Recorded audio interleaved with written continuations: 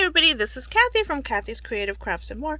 Welcome back to our channel. So today I am coming along with a quick Kokorosastudio haul or unboxing.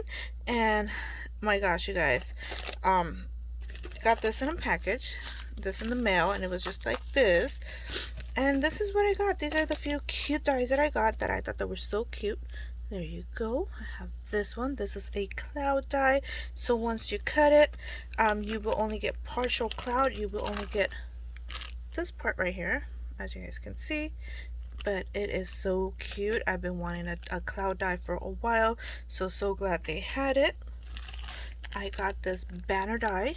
So it has, let me see. Oh my gosh. It is so many layers here. There's 1, 2, 3, 4, 5, 6, 7, 8, 9, 10 layers of banner dies right here. There you go. Let me see if I can fix this a little bit. There you go. Sorry, you guys. There you go. And then I've got this cute little bow. OMG, it is the cutest bow ever. And oh my gosh, it's just cute. It is so cute. I love bows, you guys, so that's one of the ones I had to get.